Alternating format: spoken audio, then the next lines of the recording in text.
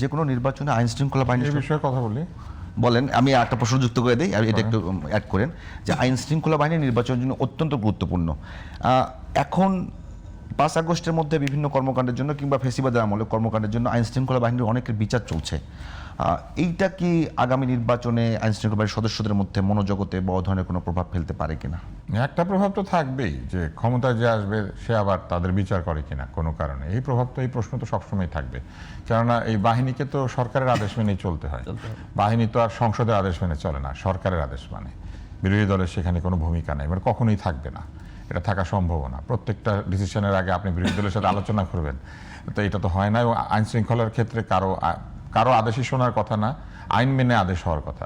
কিন্তু দেখা যায় যে সরকারের আদেশে তারা মানবেন, কারণ আইনে এটাই আছে, হুকুমের তারা পালনকারী। হুকুম যা দিবে সেটা পালন করতে হবে, প্রশ্নও করা যাবে না। কিন্তু তাদের কিন্তু প্রশ্ন করার রাইট নাই। তাই তো আগেও তাই করেছে তারা।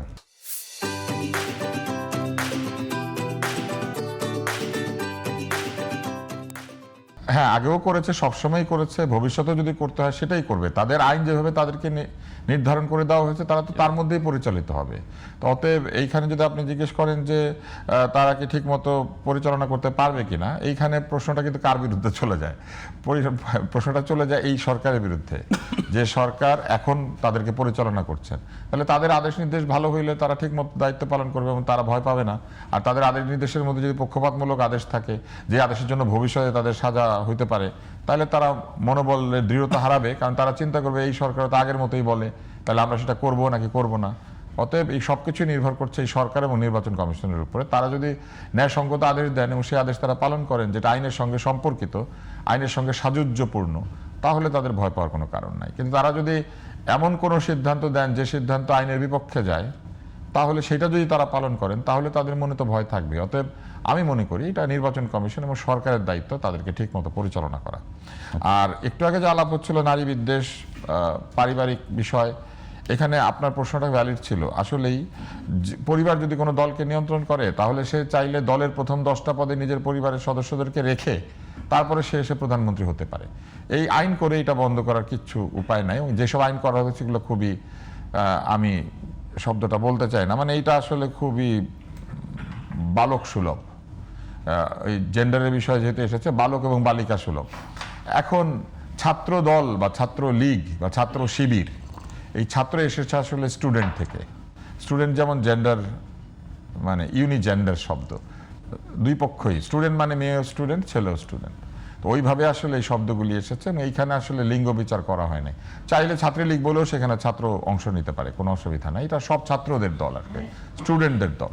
কিন্তু যে জায়গাতে আসলে বিষয়টা, সেটা হচ্ছে যে বিএনপি মনে করেন 100 জনের মধ্যে 3.5 জনকে দিয়েছে নারী, কিন্তু আরেকটি দল বলে দিয়েছে জীবনেও, ইতিহাসেও কোনোদিনও, এই দুনিয়াতে কিয়ামত হওয়া পর্যন্ত তাদের দলে কোনো নারী প্রেসিডেন্ট হতে পারবে না। তো এটা তো নারীর অধিকার ক্ষুণ্ণ করা। এখন এই নারীর অধিকার কে দেয় নাই? উনি যেটা বলেছেন, আমাদের আজকে সহ আলোচক, উনি বলেছেন যে এটা তো আসলে আমাদের একটা প্রিন্সিপাল আছে, আমাদের একটা ধর্মীয় নীতি অনুযায়ী আমরা চলি। কিন্তু এই যে একটা শব্দ আমি শুরুতে বলেছিলাম না, বাক্য, সরকার চাইলে ইচ্ছা মতো সংবিধান বদলাতে পারবে না। উনি সাথে যোগ করেছেন যে দলও চাইলে পারবে না, কারণ উচ্চকক্ষ আছে। তাহলে জামাত ইসলাম শরিয়া আইন কিভাবে প্রচলন করবে? এইটা আমার এই গণভোটে খুবই প্রশ্ন। কারণ যদি সরকার চাইলেও না পারে, দলও চাইলে না পারে, তাহলে বিএনপির সঙ্গে জামাতের এই নীতিতে নিশ্চয়ই পার্থক্য আছে শরিয়া আইনের বিষয়ে বা অন্যান্য দলের সাথে। এবং ভবিষ্যতে যেসব সংসদ গঠিত হবে, সেই সব সংসদে নিশ্চয়ই উচ্চকক্ষ নিম্নকক্ষ দুই জায়গাতেই 2/3 সংখ্যাগরিষ্ঠতা নিয়ে দল চলে আসবে, এরকম অবস্থা নাও হতে পারে, তাই না? এবং সেটা যদি হয়, তাহলে কি ঘটবে? তাহলে কোনোদিনই বাংলাদেশে শরিয়া আইন প্রচলন করা যাবে না, কারণ এই সংবিধান তো ইচ্ছা মতো কেউ বদলাইতে পারবে না। আর বদলাতে গেলে তাকে যেই পরিমাণ সংখ্যাগরিষ্ঠতা পেতে হবে, ওই পরিমাণ সংখ্যাগরিষ্ঠতা যদি তার থাকেই একটা দেশে, তাহলে আইন প্রচলন করার জন্য সংসদ ভোট কিছুই লাগে না, কারণ উনি বাংলাদেশের সব, ওই দলই বাংলাদেশের সবাই, বাংলাদেশের 2/3 তার পক্ষে আছে। আরেকটা মজার বিষয় আছে, এটা সবাই বলে, আপনি 39% আর 41%, আর আপনি সব বেশি পেয়ে গিয়েছেন। টোটাল ভোটের 39 আর 41 দিয়ে আসলে এইটা হয় না। আপনি যদি এইভাবে চিন্তা করেন, সকল আসনেই একজন 39% পেয়েছে, আরেকজন 41% পেয়েছে, তাহলে তো ঠিকই আছে। গণতন্ত্রের নিয়মিত এটা, যে আপনি 1 ভোট বেশি পেলে আপনি জিতবেন, তাই না? তাহলে 1 ভোট বেশি পেলে জিতে এসে আপনি বলবেন যে না, আমি উচ্চ কক্ষে পিয়ার পদ্ধতিতে যাব, কারণ এটা কেন করছে তারা বলছে যে এটা করে ওই নিচের কক্ষকে তারা চেক অ্যান্ড ব্যালেন্স দিতে পারবে। মানে যারা নিচের কক্ষে যেতেও পারে নাই, তারা ধরেন যদি 15 লাখ ভোট পায়, 20 লাখ ভোট পায়, ধরেন 12 কোটি ভোটার রয়েছে, তার মধ্যে মনে করেন তারা যদি 12 লক্ষ পেয়ে যায়, তাহলে তো 100 ভাগের 1 ভাগ পেল। তাহলে 100 ভাগের 1 ভাগ পেলে 1%, তাহলে সংসদের 300 আসনের 1% মানে 3টা আসন, তাহলে তারা 3টা আসন পেয়ে যাবে মাত্র। 100 আসনের 1% পাবে, মানে এই আপনার উচ্চ কক্ষে 100 জন। না, আমি নিচেরটা বলছি। বা ধরুন উচ্চ কক্ষে গেলে 100 আসনের মধ্যে একটা পাবে, তাহলে একটা পেয়ে গেল মাত্র 15 লক্ষ ভোট পেয়ে। এখন আপনি সরাসরি ভোটে 2% বেশি পেয়ে জিতলে আপনি অখুশি, কিন্তু সারা দেশে জামানত বাজেয়াপ্ত হয়েছে, কিন্তু সব আসনে 5000 করে ভোট পেয়েছে, 15 লাখ ভোট পেয়েছে, উনি একটা আসন পেয়েছে, তাতে আবার সবাই খুশি। সব জামানত বাজেয়াপ্ত হয়ে গেছে সব আসনে, কিন্তু একটা আসন উচ্চকক্ষে গিয়া পাবে। অতএব এই সবকিছু হচ্ছে সংখ্যার হিসাব। গণতন্ত্র সংখ্যার চাইতে বড় ব্যাপার কি চিন্তা করে জানেন? যারা গণতন্ত্র পালন করে এবং যারা গণতন্ত্র প্রতিষ্ঠা করে তারা সকলেই গণতান্ত্রিক ব্যক্তি হইতে হবে। সেই গণতান্ত্রিক মানসিকতা তৈরি করার জন্য যে শিক্ষা, সেই শিক্ষা তো অবশ্যই আমি মনে করি সেখানে ত্রুটি রয়েছে। না হলে আপনি প্রধান বিচারপতি কোনো নারী হতে পারবে না। গতকাল আমাকে একজন বলেছেন, এই দলের বলেছেন প্রধান সেনাপতিও কোনো নারী হতে পারবে না, এবং প্রধানমন্ত্রীও কোনো নারী হতে পারবে না, দলের প্রধানও কোনো নারী হতে পারবে না।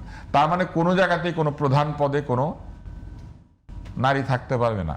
এটা নারী বিদ্বেষ যদি নাও হয়, এটা নারী অধিকারকে ক্ষুণ্ণ করে। কারণ একজন নারীর কিন্তু অধিকার রয়েছে যে সে তার মেধা এবং যোগ্যতা অনুযায়ী যদি সে উপযুক্ত হয়, তাহলে সে কেন বাংলাদেশের গঠনে, বাংলাদেশের সিদ্ধান্ত গ্রহণ প্রক্রিয়ায় ওইরকম পদে যুক্ত হতে পারবে না। এখন নারীদেরকে বলা হচ্ছে যে কোটায় তারা নির্বাচিত হয়, পুরুষ কোটায়। কেন পুরুষ কোটায় নির্বাচিত হচ্ছে এটা একটা উদাহরণ এসেছে, কিন্তু পুরুষরাও তো পুরুষ কোটায় আসে। বাপের কোটায় ছেলে আসলে সেটা খারাপ না? তাহলে টোটাল বাপের কোটা বাদ দিয়ে দেন। আমার এলাকায় তো বাবার কোটায় একজন নির্বাচন করছেন, তাই না? অনেক জায়গায় করছে, হ্যাঁ, এবং আরো জায়গাতে পুরুষ করছেন বাপের কোটায়, কিন্তু ওইটা নিয়ে তাদের কোনো অসুবিধা নাই। মেয়ে এসেছে তারপরেও বলে তুমি পুরুষ কোটায় আসছো, অতএব তুমি পুরুষ, এই জন্য আসতে পেরেছো, নারী হইলে তুমি পারত না, নারীর অধিকারে আসো নাই। কিন্তু এই পুরুষ কোটায় যে নারী এসেছেন, সেই নারীর এটাও একটা যোগ্যতা কিন্তু, যে তার পরিবারের প্রতি ওই এলাকার লোকজনের আবেগ আছে। এবং গণতন্ত্র যেহেতু আমি শুরুতে ওটাই বলেছিলাম, এক ভোটে জিতলে, যেহেতু গণতন্ত্র মানুষকে ওই মানে বিজেতা বলে, যারা বিজয়ী হয়েছেন সেই হিসাবে ঘোষণা করে, এক ভোটে জিতলো, তাহলে এই জায়গাতে দলগুলি সেই সেন্টিমেন্টের সুবিধা নেওয়ার চেষ্টা করে। এবং আপনার ওই কথাটাও ঠিক যে আওয়ামী লীগের আমলে কি বদি এবং বদির বউ, এটা আমরা দেখেছি। এইগুলি হচ্ছে সম্পূর্ণভাবে স্বৈরাচারিত্বের নিদর্শন। একটা দুষ্ট লোক তার সমালোচনার কারণে ইলেকশনে দাঁড়াইতে পারে নাই, তার বদলে তার স্ত্রী বা কন্যাকে দাঁড় করাই দিলেন। এটা কিন্তু হচ্ছে খারাপের কোটা, এটা পুরুষের কোটা না। হ্যাঁ, ওটা উদাহরণ হতে পারে না, এটা উদাহরণ হতে পারে না। আর জাহাঙ্গীরেরটা আমি একটু বলে দিই। জাহাঙ্গীরের বদলে জাহাঙ্গীরের মাকে জাহাঙ্গীরই দাঁড় করিয়েছিল, এবং তারা আওয়ামী লীগের বিরুদ্ধে দাঁড়িয়েছিল, দাঁড়িয়ে জিতে গিয়েছে। এবং জাহাঙ্গীরকে বাতিল করা হয়েছিল ঋণ খেলাপি এই হিসাবে। এবং জাহাঙ্গীর বাতিল হয়েছিল কেন জানেন? জাহাঙ্গীর গ্যারান্টার হয়েছিল, সে ঋণটা করে নাই, সে আরেক লোকের জন্য গ্যারান্টার হয়েছিল। হ্যাঁ, গ্যারান্টার হিসেবে গ্যারান্টার ক্লজে জাহাঙ্গীরকে বাতিল করেছিল। ওইটাও স্বৈরাচারী সিদ্ধান্তই ছিল। জাহাঙ্গীরকে জনপ্রিয় ভেবে তারা জাহাঙ্গীরকে আটকাতে চেয়েছিল। না ভাই, এখন গ্যারান্টার ঋণ খেলাপি হিসেবে পরিগণিত হয়। গ্যারান্টারকে ঋণ খেলাপি হিসেবে যে পরিণতি দেওয়া হয়, এই জিনিসটা আরেকটা তুগলকি আইন।